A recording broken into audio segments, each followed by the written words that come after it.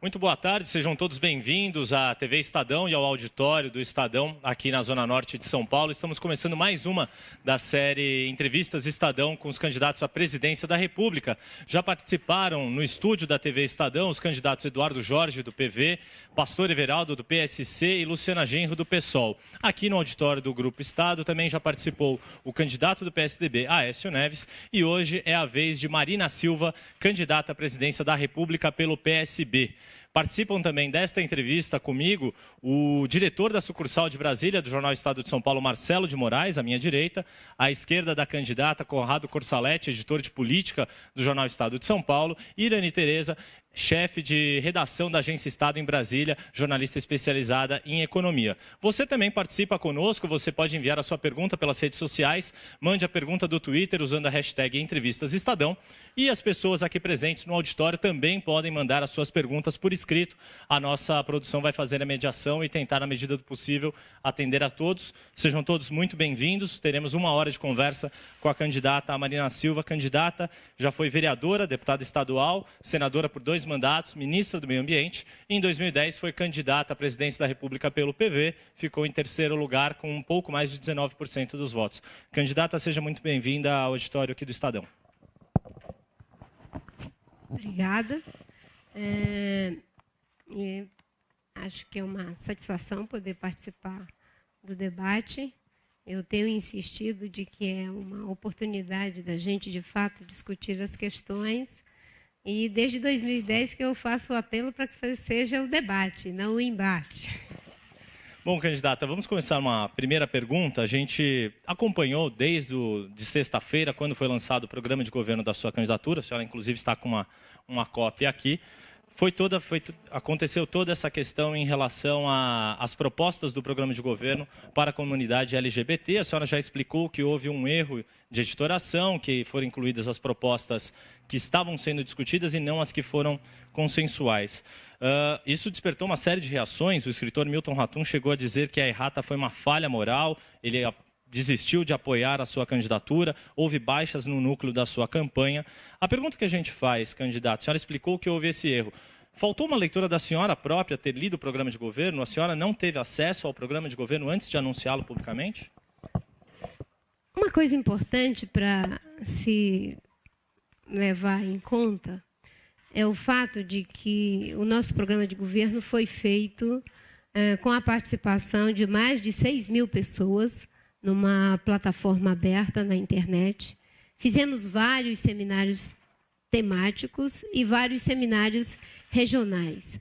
Uma equipe coordenada pelo Maurício e pela NECA se encarregaram de todo o processo de sistematização dessas ricas contribuições que foram apresentadas, e a própria coordenação admitiu que houve uma falha no processo e que 2 questões foram colocadas no programa inadequadamente.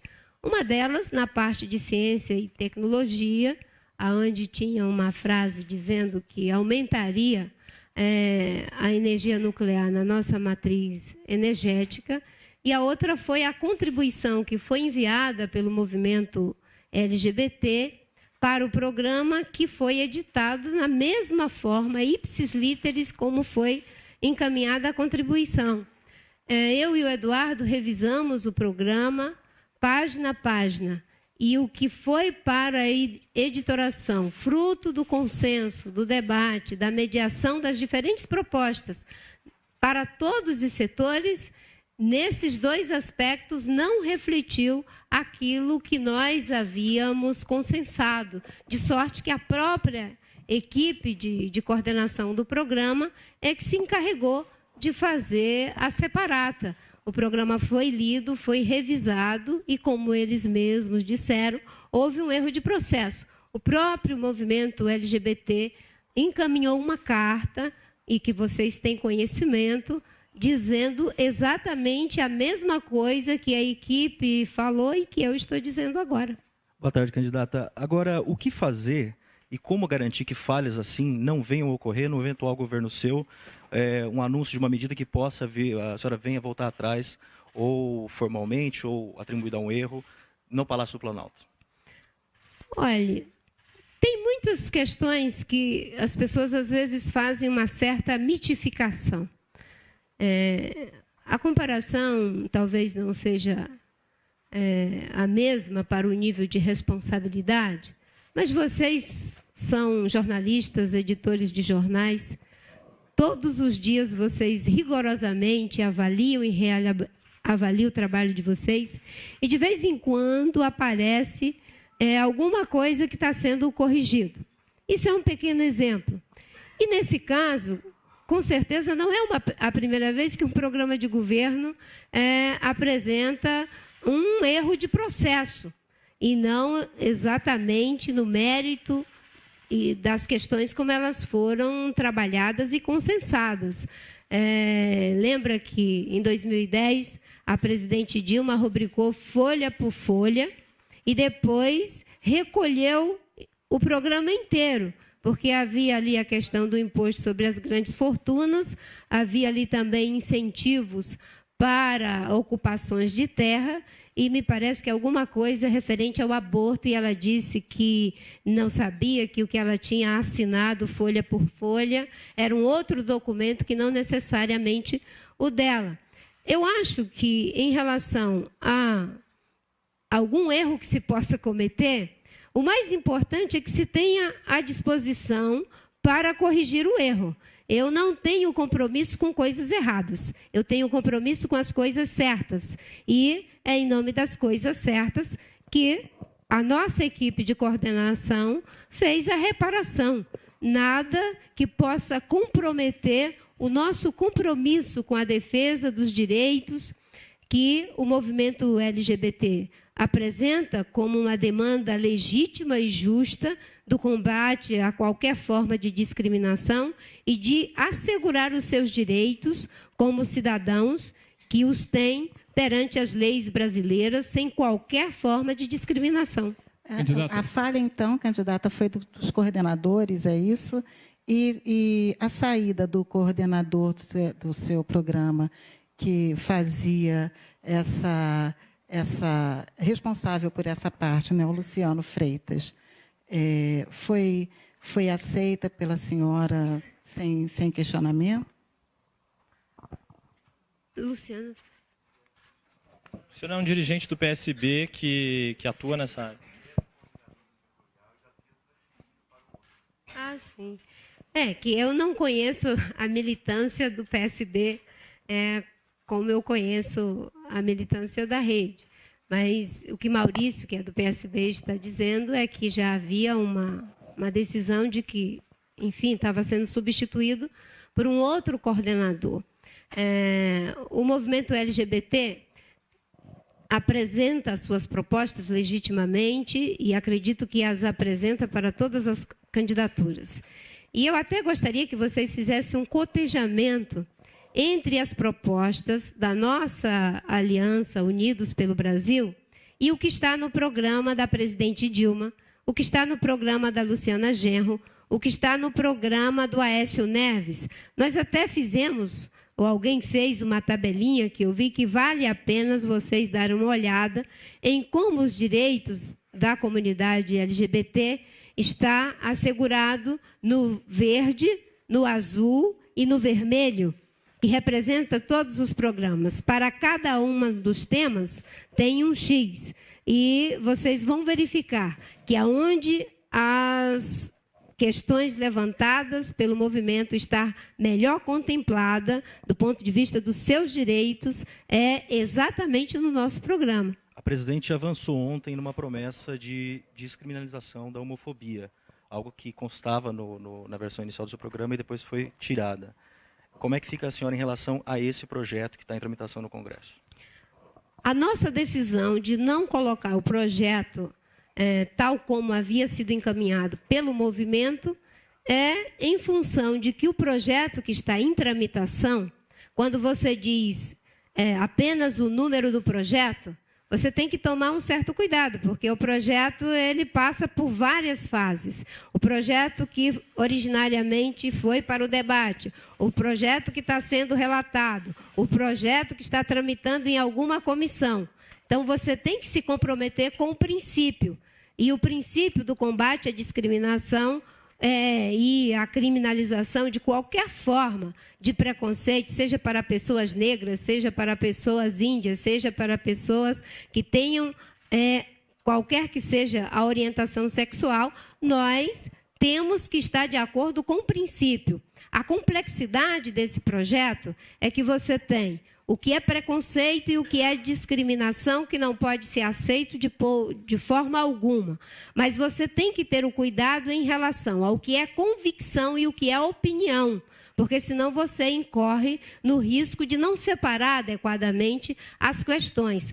Por isso que nós concordamos com o princípio, mas a forma legal há que ser construída no processo de tramitação. E, obviamente, que nenhum dirigente político, nenhuma pessoa comprometida com a defesa dos direitos humanos, ou, enfim, um governante, ele possa concordar com qualquer forma de preconceito, de discriminação, a quem quer que seja. Candidato, o seu governo distribuiria kits nas escolas de combate à homofobia?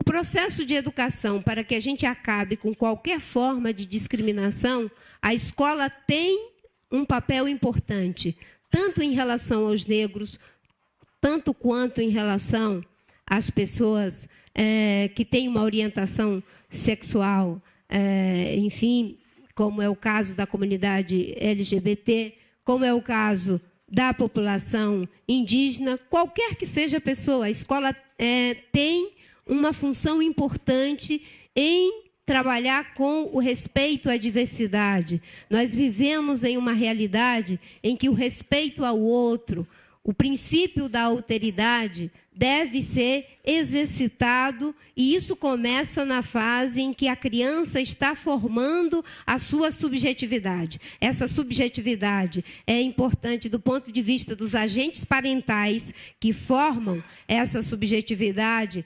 respeitosa, acolhedora da diferença, mas também na escola, porque é nesse momento em que a criança começa a conviver com a diferença. Inclusive, a ideia e o conceito da educação inclusiva é exatamente para que a gente possa tirar as pessoas, cada uma do seu universo particular, e fazer com que elas possam ter uma relação em que haja uma complementariedade entre as diferentes formas de ser e de estar no mundo. Candidata, a senhora já falou, enfim, sobre esse tema. O seu programa de governo, eram só essas erratas que tinham que ser feitas. A partir de agora, tudo que está no seu programa de governo é proposta da senhora, não tem mais nada a ser corrigido? Já foi feita uma nova revisão para que a senhora não tenha que novamente explicar um outro erro no programa de governo? Quando eu lancei o programa, nós fizemos questão de dizer que o nosso programa era um programa vivo, que ele estava em movimento. Eu acho que só as pessoas que têm enfim, um pensamento excessivamente cartesiano, é que podem imaginar que um processo complexo como esse não tem mais complementariedade a ser feito. Nós estamos numa fase inicial em que fizemos um programa, depois, se ganharmos, se Deus quiser, e o povo brasileiro, nós teremos um período de transição. Nesse período de transição, novos ajustes terão que ser feitos, e quando chegarmos no governo, aí, de posse da realidade, mais questões irão aparecer. De sorte que eu digo para você que o nosso programa é um programa vivo, em movimento. Agora, pior do que ter um programa para colocá-lo em movimento no debate com os diferentes setores da sociedade, educadores, médicos, agricultores, empresários, juventudes, movimento LGBT, quem quer que seja, são aqueles que não apresentaram nenhum programa.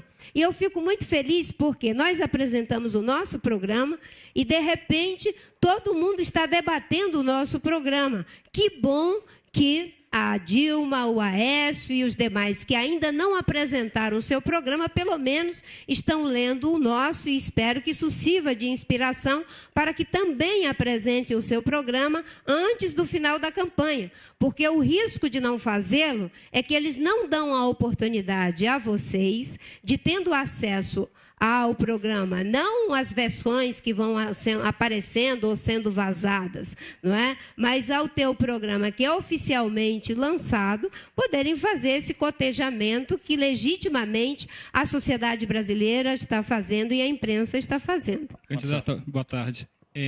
A senhora sempre deixou claro que queria fundar o seu próprio partido, a Rede. Eu queria saber se a senhora, agora do PSB, se a senhora foi eleita, se a senhora vai manter o projeto de criar a Rede ou se a senhora pretende ficar no PSB. Quando eu estava fazendo a Rede Sustentabilidade, infelizmente foi um projeto interditado.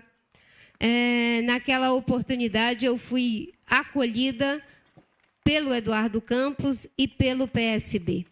E a sugestão de fazer uma filiação administrativa temporária foi do próprio Eduardo Campos, rememorando que na época da ditadura os partidos que não eram legalizados usavam desse expediente, principalmente dentro do antigo MDB. E ele disse: a senhora pode fazer o mesmo em relação ao nosso partido. E nesse momento em que o PSDB perdeu a sua mais importante liderança, que era o polo estabilizador do partido, eu tenho uma solidariedade profunda com o PSB para que eles possam encontrar o seu novo caminho, o seu novo polo estabilizador. Eduardo, uma liderança forte, obviamente que o que ele fazia praticamente sozinho terá que ser feito agora por várias lideranças, tem várias lideranças se colocando nesse campo, e, se eleita presidente da República, eu serei a presidente da República das forças políticas que me elegeram e principalmente da sociedade brasileira.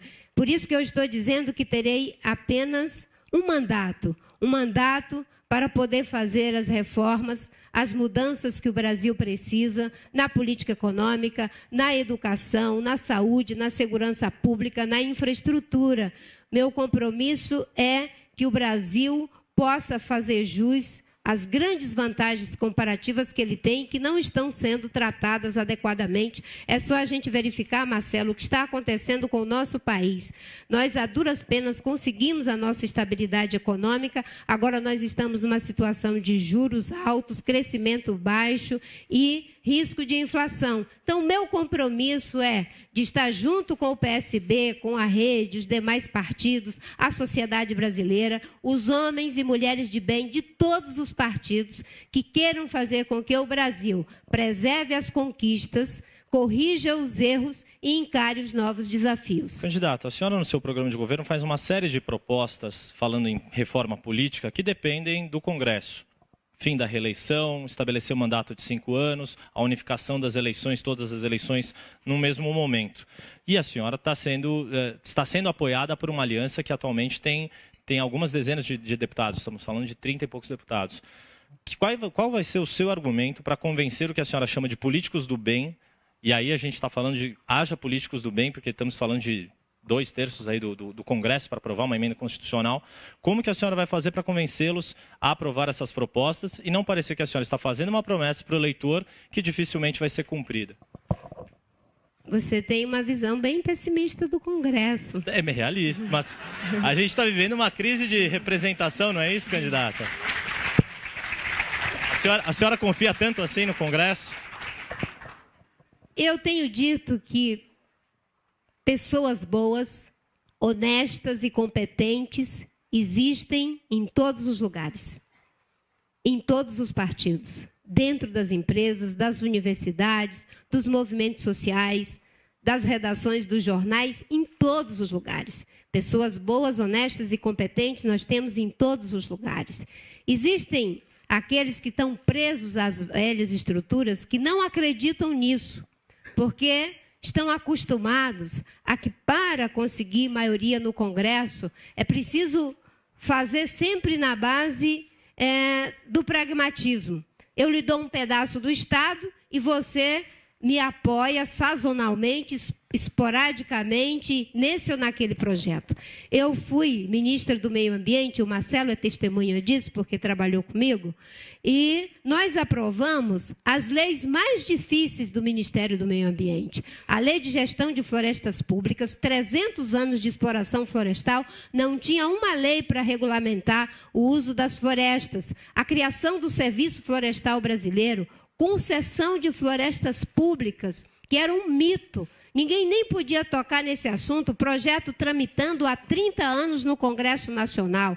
Eu, junto com o Capobianco, com o Tasso, com gente do movimento social, ambientalista, da academia, pessoas de todos os partidos. Mas isso foi feito com um governo que tinha maioria. O governo Olha, quando eu fui falar com o governo, pedir apoio para que eles me ajudassem a aprovar o projeto, sabe o que eu ouvi do ministro das Relações Institucionais? Foi o seguinte: Marina, você é senadora, você conhece o Congresso, vá você conversar com seus pares. Eu digo, poxa, ele está me deixando entregue à própria sorte. O que eu fiz? Eu fui mesmo conversar com os líderes dos partidos, conversei com todos eles, conversei pessoalmente com o presidente Fernando Henrique Cardoso e, pode ter certeza, aprovamos não só esses projetos a que me referi, mas também a Lei da Mata Atlântica, a limitação administrativa provisória e tantas outras leis que apoiamos, sem nunca ter sinalizado para ninguém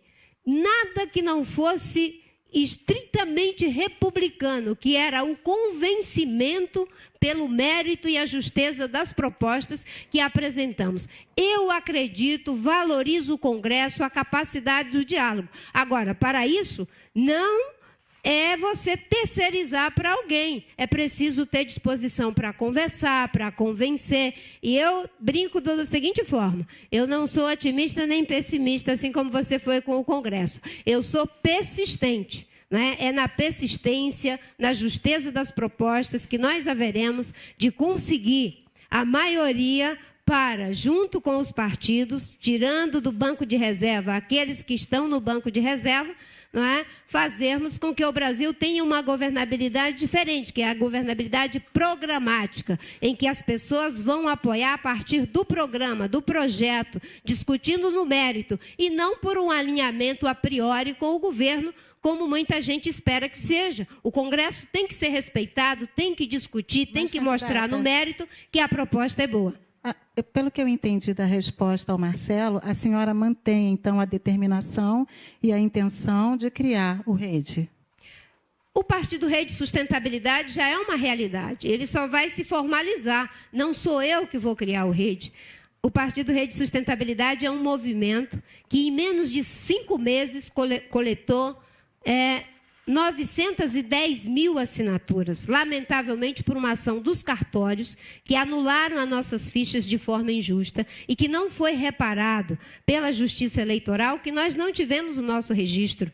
É só uma questão de tempo, ele vai ser registrado, independente de eu querer ou não, porque não é o partido da Marina, é o partido de um movimento social que quer dar uma contribuição para a política. Você olha que em plena ditadura, nós, ao final dela, conseguimos criar o PT, e em plena democracia não me permitiram criar rede. Eu brinco que sou o primeiro partido clandestino em plena democracia, tendo que me filiar a um outro partido para poder existir, e ainda bem que o PSB fez esse acolhimento, o Eduardo Campos, e eu me sinto muito feliz, porque naquela oportunidade, se eu não valorizasse a política e as instituições, eu poderia ter ido para um movimento de uma anticandidatura. Ou eu poderia ter saído candidato por um dos partidos que estavam me convidando. Mas eu fui apoiar Eduardo Campos, mesmo à época eu tendo 26% das pesquisas, ele estava com 7%, por descobrir nele aquilo que, infelizmente, muita gente só veio descobrir, ou pelo menos permitir que fosse revelado depois que ele morreu.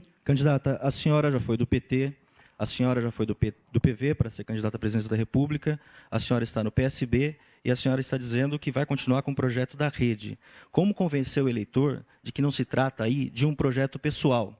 E mais, como a senhora pretende fazer ao criar a rede no Congresso Nacional? A senhora pretende estimular a infidelidade partidária no Congresso? Em primeiro lugar, o pessoal disse para mim não falar em primeiro lugar. Não vou falar em primeiro lugar.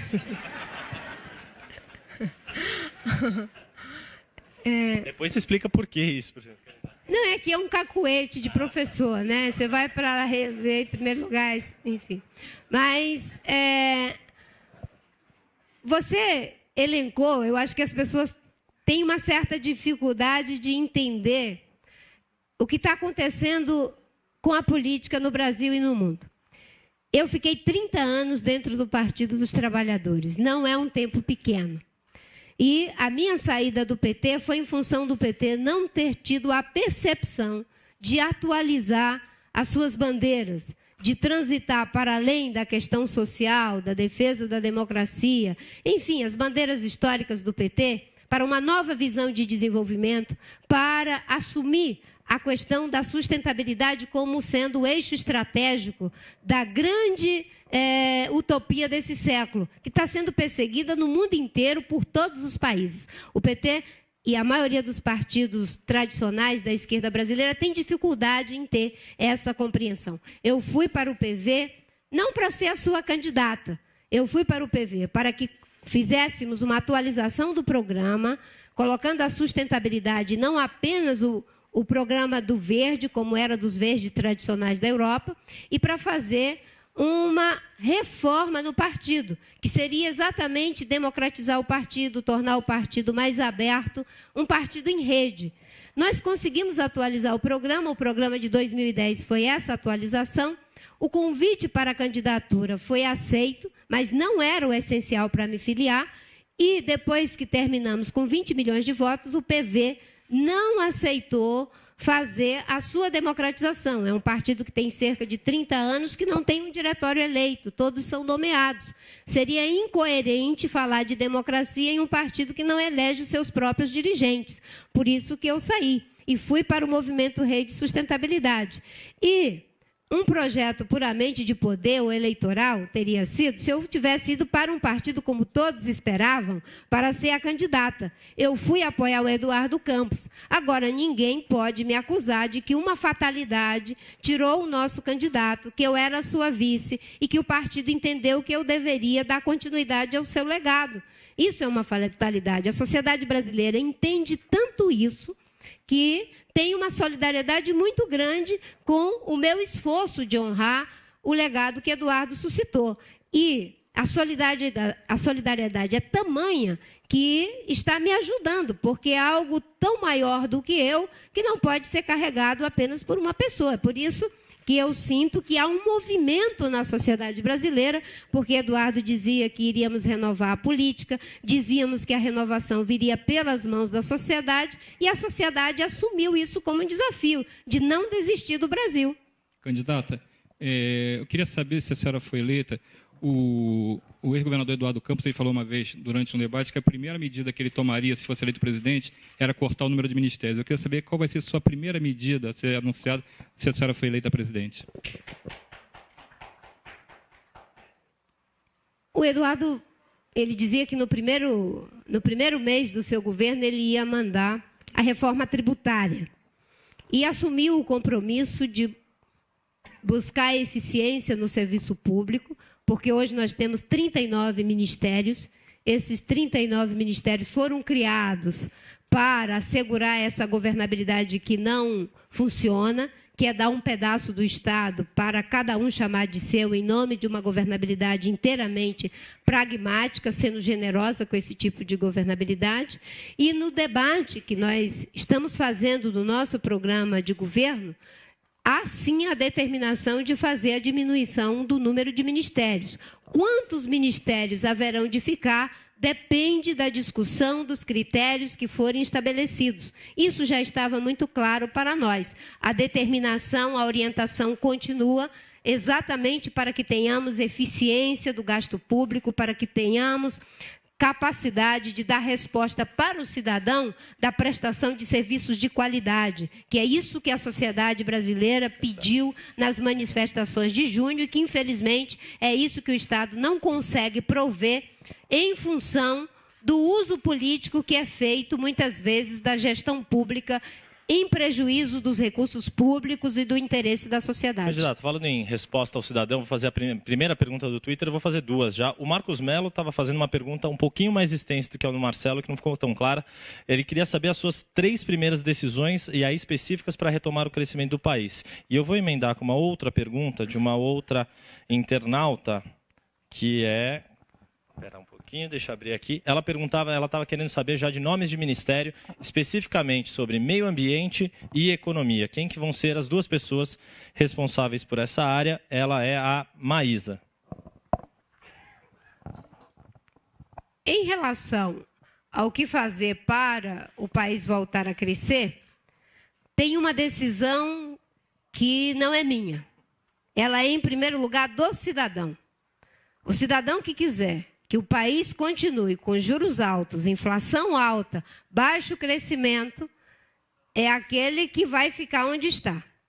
O cidadão que quer o movimento temerário de manter a polarização, que não faz o país avançar, que não busca o diálogo, vai andar um passo atrás. Agora, o cidadão que quiser recuperar a confiança, credibilidade, a certeza de que terá um governo que vai trabalhar com o princípio da recuperação da nossa estabilidade econômica, mantendo o nosso compromisso com a meta da inflação, mantendo o nosso compromisso de que teremos autonomia, sim, do Banco Central, que foi excessivamente desgastada pelos movimentos erráticos do atual governo, a ponto de necessitar de um sinal forte, que é a institucionalização. O cidadão que quer ver o país adquirir confiança para voltar a crescer, vai nos ajudar mudando essa realidade política. E o compromisso já é esse que eu lhe falei, recuperar os instrumentos de política macroeconômica. Nós estamos, inclusive,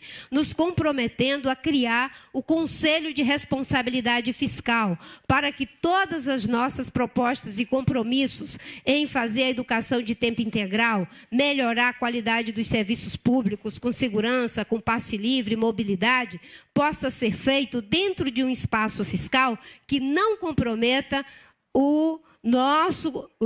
a nossa determinação de que não haverá irresponsabilidade em relação ao gasto público. A eficiência do gasto público é uma determinação do nosso governo. Agora, Desculpa, Conrado, só para e a resposta da Maísa, que perguntou de nomes de ministério. A senhora tem como responder quem vai ser ministro do Meio Ambiente, ministro da Fazenda? Olha, eu acho muito temerário esse negócio de você andar de salto alto, nomeando ministros antes de ser eleito.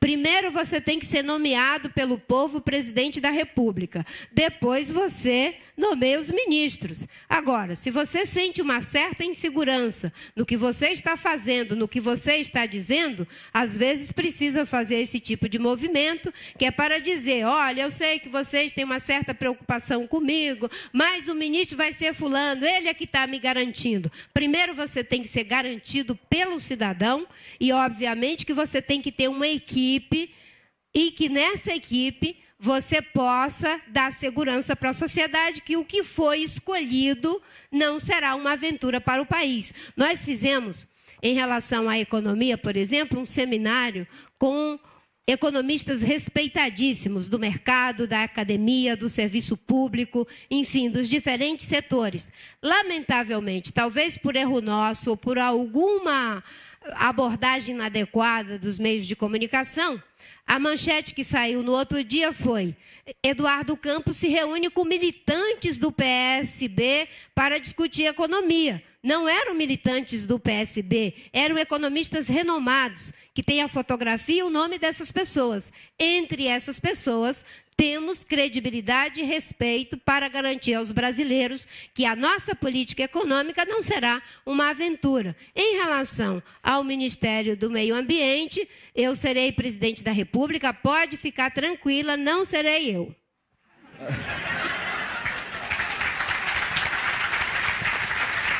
Candidata,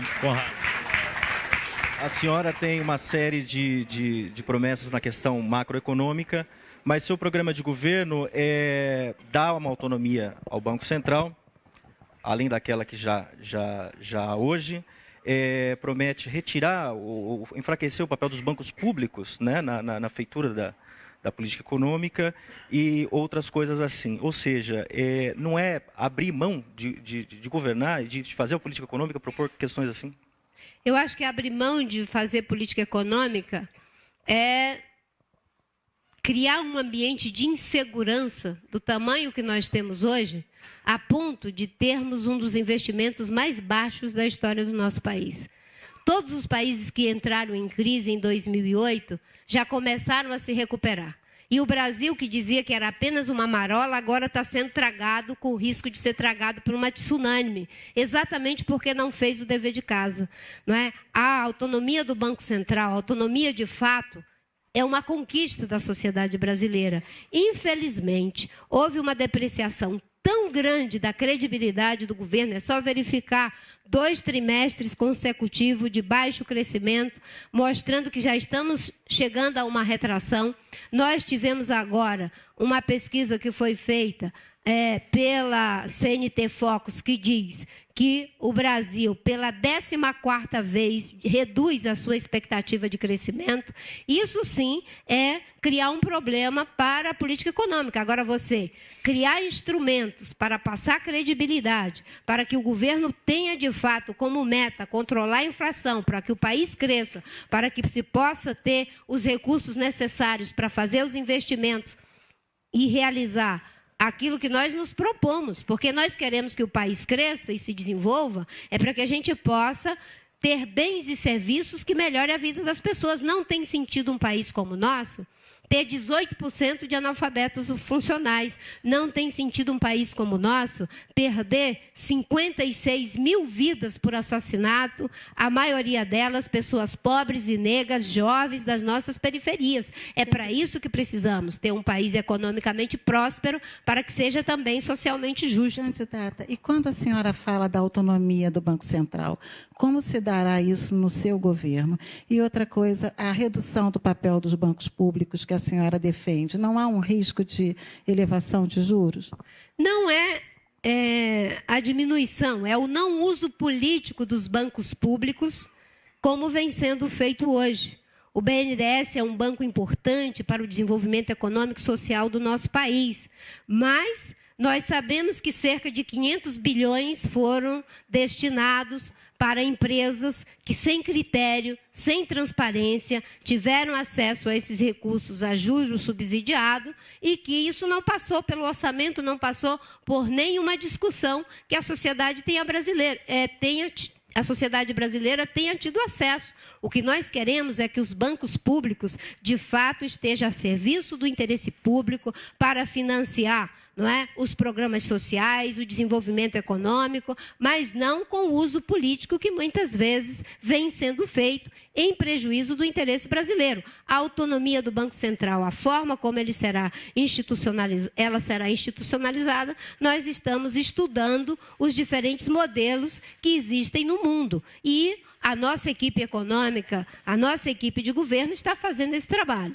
Equipe econômica, os economistas Eduardo Janete, André Lara Rezende, eles funcionam como porta-vozes da sua campanha junto aos investidores, aos empresários. Eles vão ter papel no seu governo? Eles são colaboradores, pessoas que estão comprometidas em que tenhamos o melhor programa na área econômica para todos os brasileiros. Quando os empresários ficam felizes de imaginar que podemos recuperar a credibilidade do Brasil para que ele volte a crescer, isso não é bom apenas para o setor empresarial. Isso é bom para os brasileiros, para manter o emprego, para que se tenha crescimento, para que se aumente a arrecadação, para que se tenha o espaço fiscal necessário para fazer e manter as políticas sociais. Esses mesmos economistas dizem publicamente que há muita semelhança entre o seu programa e o programa do PSDB. Qual a diferença? Eu queria que você explicasse qual a diferença entre as suas propostas econômicas e as do Aécio. Nós temos uma determinação desde 2010 e que eu e Eduardo Campos também assim estávamos fazendo, e agora eu e Beto Albuquerque, que é de não ter uma visão de fulanização das conquistas dos brasileiros.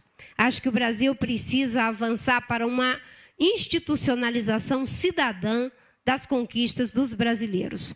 A estabilidade econômica que foi feita no governo do presidente Fernando Henrique, começou no governo do presidente Itamar, ela deve ser referenciada nesse governo, mas não pode mais ser considerada como sendo do Aécio, do Fernando Henrique. Agora é a nossa política econômica. E nós temos a largueza, a grandeza, a altura e a profundidade do que significa tratar de forma cidadã as conquistas do povo brasileiro. Da mesma forma, nós iremos nos comportar em relação às políticas sociais. Se a presidente Dilma quiser dizer que, em relação ao Bolsa Família, nós temos muita semelhança e de que vamos aprofundar, aperfeiçoar o Bolsa Família e partir para aquilo que eu chamo de programas sociais de terceira geração, ela também poderá dizê-lo. Nós precisamos parar com essa mania de que as conquistas da sociedade brasileira são fulanizadas, quem assume o governo pensa que vai inventar a roda e fica dizendo que se está fazendo aquilo pela primeira vez nesse país. Se eu ganhar, não vou dizer que os ganhos econômicos que, se Deus quiser, haveremos de ter e a nossa capacidade técnica é algo que acontece pela primeira vez, porque começou lá atrás, quando se teve a coragem de apostar em um plano que deu certo e que agora está sendo destruído por políticas erráticas. Da mesma forma, em relação às conquistas sociais que tivemos no governo do presidente Lula. Candidata, a senhora falou no primeiro debate, se eu não me engano, que tanto o Fernando Henrique quanto o Lula tinham visão estratégica e que isso que era importante para o país. Eduardo Janete, que é seu aliado, disse que os dois seriam bons aliados de um governo Marina Silva. A senhora pretende procurá-los? Eles são os que a senhora chama de pessoas de bem nos dois partidos que tradicionalmente ocupam a polarização da política? A quebra da polarização pressupõe uma nova qualidade no processo de alinhamento político. A ideia que nós defendemos, por isso que eu e Eduardo não quisemos ficar nesse lugar da oposição pela oposição, que só vê defeitos, mesmo quando os acertos são evidentes, e nem da situação cega, que só vê virtudes, mesmo quando os erros são inaceitáveis. Nós assumimos o lugar de quem quer ter posição. E a nossa posição é a seguinte: o PST e o PSDB foram para um distanciamento tão predatório, em que essa polarização está prejudicando o futuro do nosso país. O PT, para governar sozinho, acabou ficando refém do PMDB.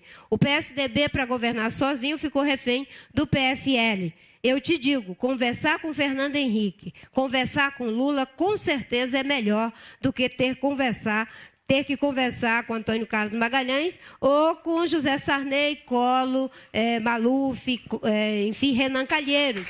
Então, pode ter certeza, estamos dando um passo à frente. Queremos governar, sim, com os melhores de todos os partidos, dialogando com os partidos, e não temos nenhum problema em conversar com essas lideranças. A velha república tem que ser aposentada, como dizia Eduardo Campos, e a nova república tem que ser chamada à responsabilidade. A senhora citou Renan Calheiros. Ele é o atual presidente do Senado e já está trabalhando para ser reeleito presidente do Senado. Vai ser o chefe de uma das casas legislativas, caso a senhora seja eleita presidente. A senhora acabou de dizer que não quer conversar com ele. Como é que a senhora vai fazer para conversar com ele? E a senhora, no seu governo, vai trabalhar para que ele não seja reeleito presidente do Senado? O Congresso é autônomo, eu respeito a autonomia do Congresso Nacional.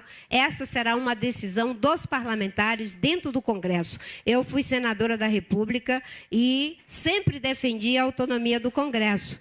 Os parlamentares da base do governo, com certeza, irão votar em um candidato, mas em uma democracia, todos os partidos podem apresentar suas candidaturas. O presidente do Congresso é eleito democraticamente para fazer parte e representar a instituição Congresso. Quem for eleito será aquele com o qual conversaremos, mas não com a ideia de que ele será subordinado ao Executivo. Isso não faz parte da linguagem de quem respeita a autonomia e a independência dos poderes. Candidata, eu queria saber como é que a senhora vai fazer para administrar a questão do licenciamento ambiental. Hoje é colocado como uma das dificuldades para o desenvolvimento da infraestrutura, às vezes, o problema desse licenciamento. Como é que a senhora pretende cuidar dessa questão? De uma forma muito simples. Fazendo com que os licenciamentos tenham agilidade, sem perda de qualidade. Quando nós chegamos no Ministério do Meio Ambiente, existiam 40 hidrelétricas paralisadas. Quando eu saí do Ministério, apenas 8 ainda não tinham sido resolvidas. Durante a nossa gestão, nós melhoramos significativamente a capacidade de licenciamento no Ministério do Meio Ambiente, que antes contava com uma estrutura precária dentro do IBAMA. A maioria dos funcionários eram contratos temporários. Quando as pessoas iam adquirindo experiência, já acabava o contrato, tinha que trazer outros provisórios. Nós fizemos um concurso público e saímos de uma quantidade muito pequena de servidores, em torno mais ou menos de 8 funcionários de carreira que eram do próprio Ministério e pelo menos 70 que eram contratos temporários, para ficar apenas 8 temporários e cerca de 140 funcionários de carreira. Criamos a coordenação, a diretoria de licenciamento, mais 3 coordenadorias. Foi isso que nos possibilitou fazer as licenças mais complexas que já foram dadas. Nós, não esqueça, fomos aqueles que concedemos a licença do Rio São Francisco para a transposição, que mesmo com a licença não está sendo feita, a transposição não é por falta de licença.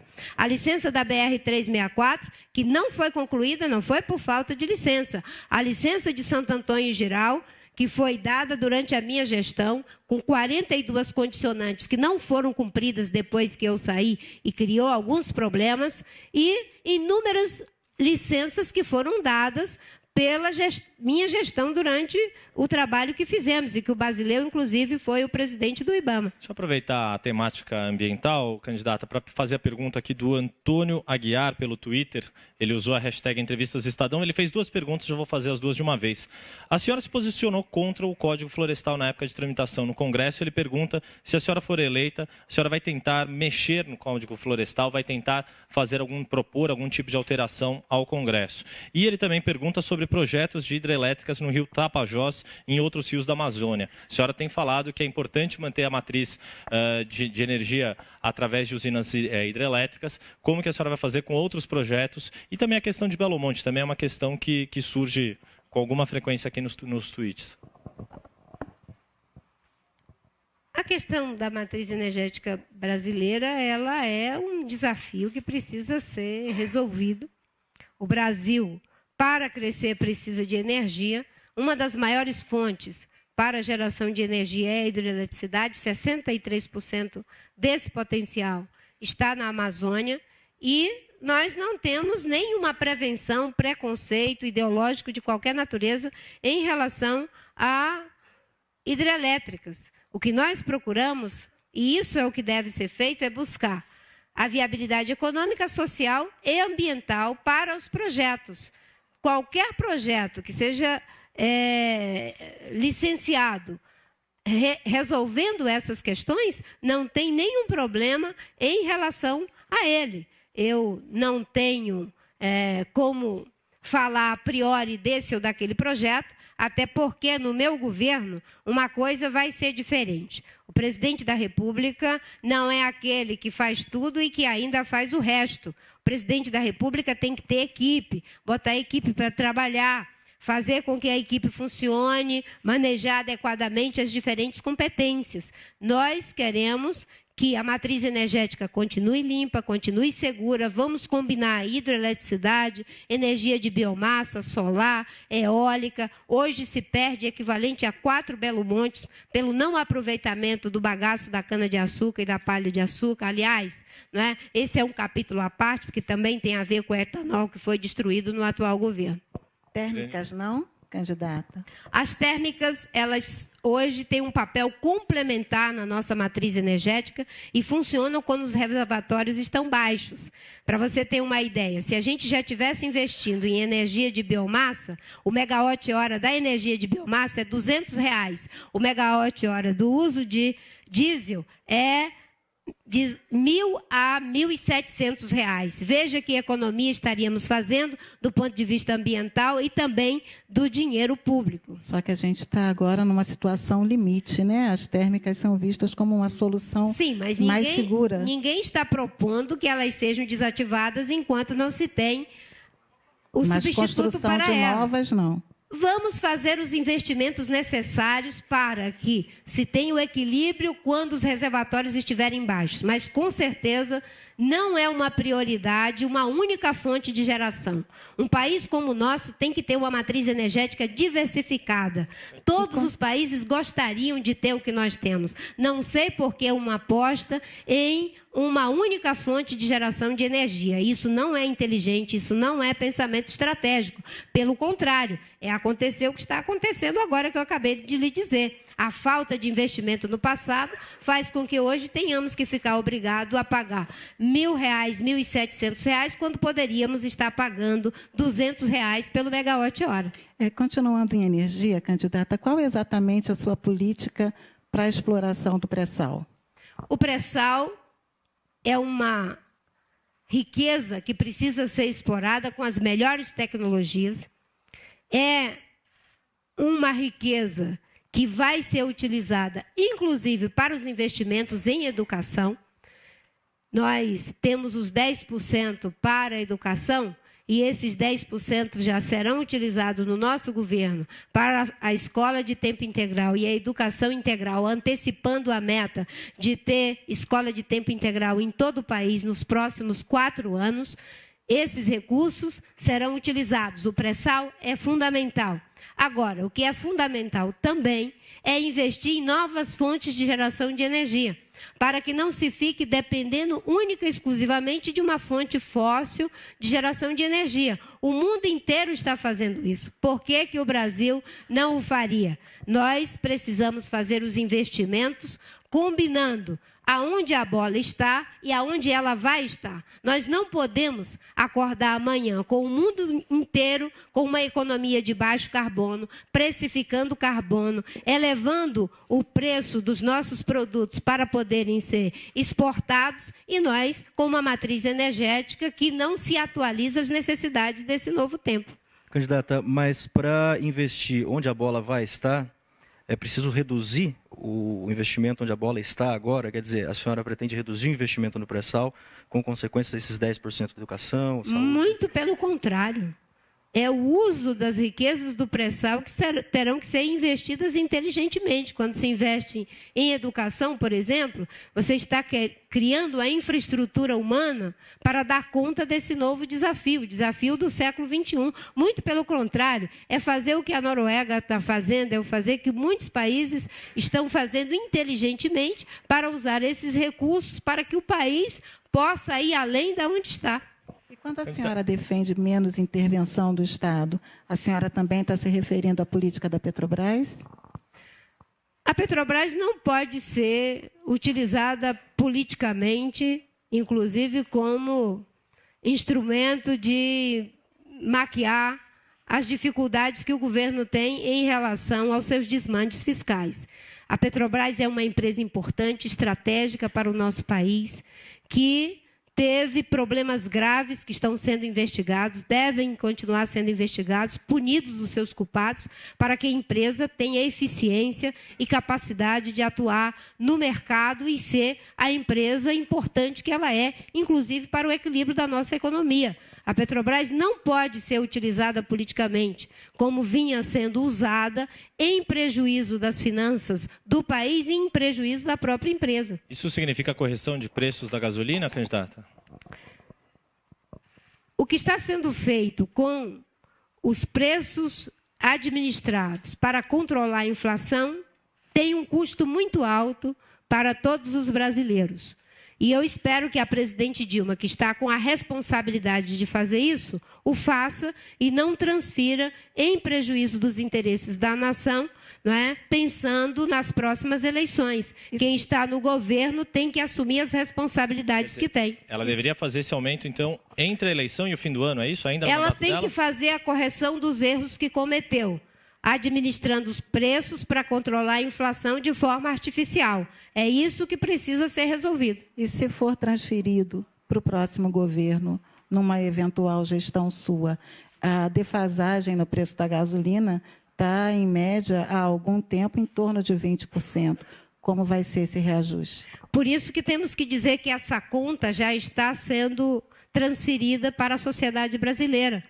e no debate deve ser explorado com a presidente Dilma. A presidente Dilma foi eleita dizendo que ia fazer o país crescer, que ia controlar a inflação, que ia diminuir juros. Ela está entregando o governo pior do que encontrou, com juros altos, com crescimento baixo e com inflação também alta. Ela é que tem que explicar para a sociedade brasileira como, ela que diz tanto que tem que dizer o que vai fazer, como fazer, que hora fazer, não é? Ela é que tem que dizer por que ela disse que ia baixar juros, ia fazer o país crescer, ia controlar a inflação e agora temos essa situação de desmanche. Candidata, aproveitar para fazer duas perguntas que vieram do público, mais ou menos parecidas. O Edmar Pinto Costa pergunta que saída a senhora propõe para os conflitos entre indígenas e produtores agrícolas, no caso das demarcações de terra. O Caio Carvalho também quer saber a sua posição sobre reforma agrária. E eu aproveito para colocar nessas perguntas um trecho do programa de governo da senhora que queria que a senhora explicasse.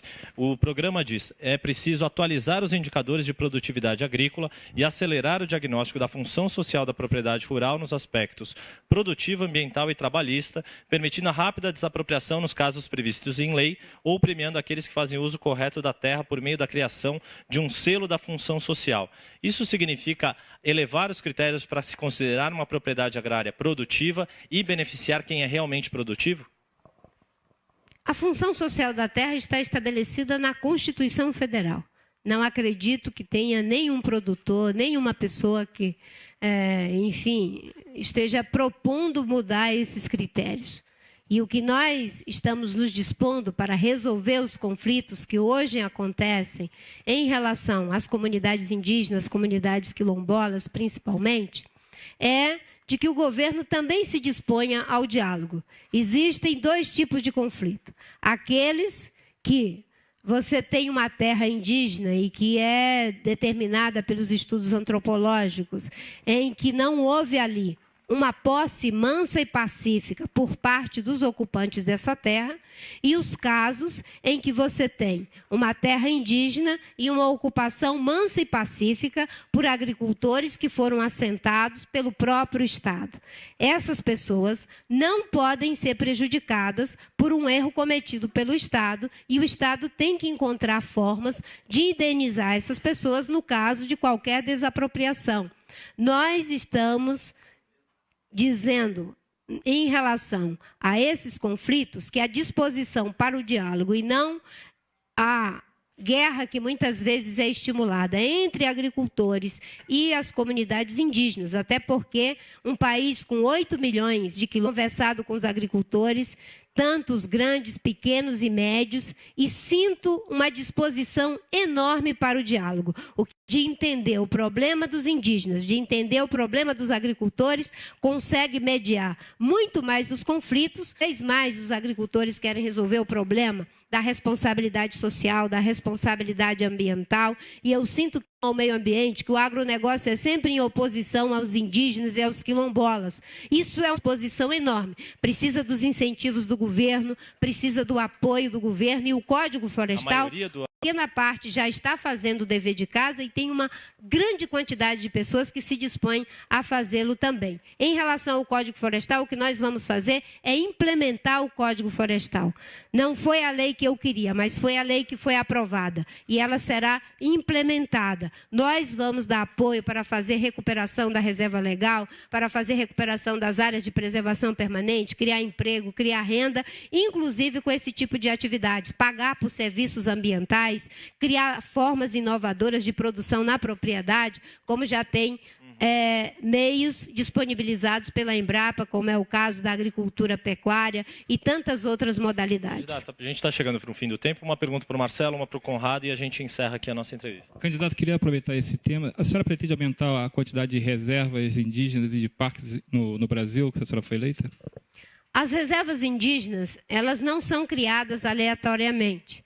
Como dizia o Eduardo Campos, são estudos que são feitos a partir de terras originariamente pertencentes às comunidades que reivindicam esses territórios, e vai chegar um momento em que esse déficit com as populações indígenas vai ser suprido. Você não arbitra que vai criar uma terra indígena porque você quer criar uma terra indígena. Então, essa é uma questão que se resolverá no tempo. Em relação às unidades de conservação, é a mesma coisa. Nós trabalhamos muito, quando eu era ministra do Meio Ambiente, para fazermos o ordenamento territorial e fundiário. O Capô Bianco, juntamente com o ministro Miguel Rosseto, nós trabalhávamos da seguinte forma: é preciso que o Brasil dê segurança jurídica, fazendo o ordenamento territorial e fundiário. Quais são as áreas que são para a preservação da biodiversidade, quais são as áreas que devem ser demarcadas para os índios, quais são as áreas que serão consolidadas para a agricultura, quais são as áreas que serão utilizadas para o manejo florestal por concessão de florestas, como fizemos na BR-364. Então, o ordenamento territorial e fundiário nos dirá como fazer da melhor forma possível para que as diferentes atividades produtivas sejam combinadas tanto por pequenos quanto por grandes agricultores, que são importantes, não é? O agronegócio é importante para a nossa balança comercial, sim, hoje é responsável pelo equilíbrio da nossa economia, a agricultura familiar também, mas há que se ter um lugar para o extrativismo, para as populações indígenas, para as populações ribeirinhas. Candidata, hoje o programa de TV da presidente Dilma Rousseff comparou a senhora ao Collor e comparou a senhora ao Jânio Quadros. Eu queria um comentário da senhora a respeito disso e queria emendar uma pergunta mais conceitual, que governar com os melhores, como a senhora diz, pegando uma pessoa aqui, outra ali no Congresso, abrindo mão da construção de maiorias institucionais via partidos, não é antidemocrático? As pessoas de bem de todos os partidos, elas são eleitas pelos partidos. São eleitas pelos partidos. Eu não vejo por que ser antidemocrático governar com os melhores eleitos pelos partidos e por que é democrático governar com aqueles que a sociedade o tempo todo está dizendo que não os representa. Isso não tem nada a ver com ser antidemocrático. A combinação entre democracia representativa e os espaços de participação da sociedade não tem nada a ver com ser antidemocrático. Acho que antidemocrático é imaginar que vai governar apenas para os partidos, como está sendo feito hoje. Eu acho engraçado que todo mundo reclama que já temos 39 ministérios, que temos uma governabilidade canhestra, e quando se diz que vai escolher os melhores dos partidos, você é acusado de ser antidemocrático.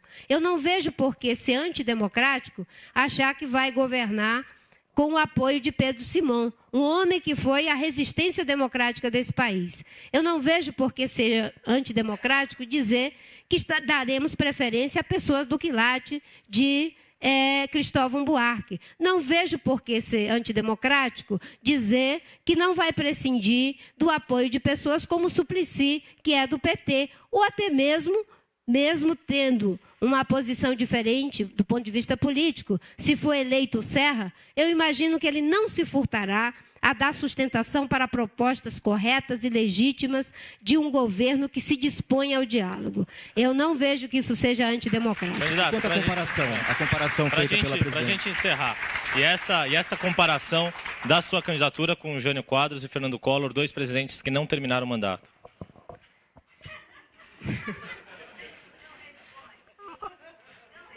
É uma opção. Não, eu diria que pode ser uma escolha. A sociedade brasileira me conhece os valores que eu defendo, a luta que eu tenho há mais de 30 anos.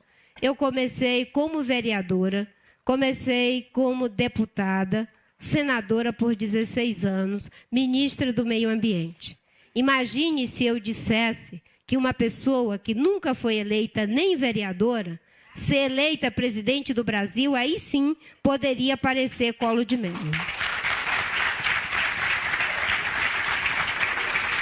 Candidata Marina Silva,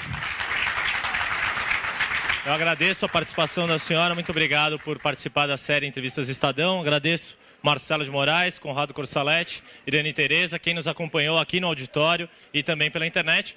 Convido a todos a nos acompanhar amanhã às 4 da tarde. A gente vai fazer uma pequena pausa nas entrevistas com os candidatos à presidência da República. Estamos esperando uma resposta da presidente Dilma Rousseff. Amanhã é a vez da entrevista de Gilberto Kassab, candidato ao Senado. Um abraço a todos e até amanhã.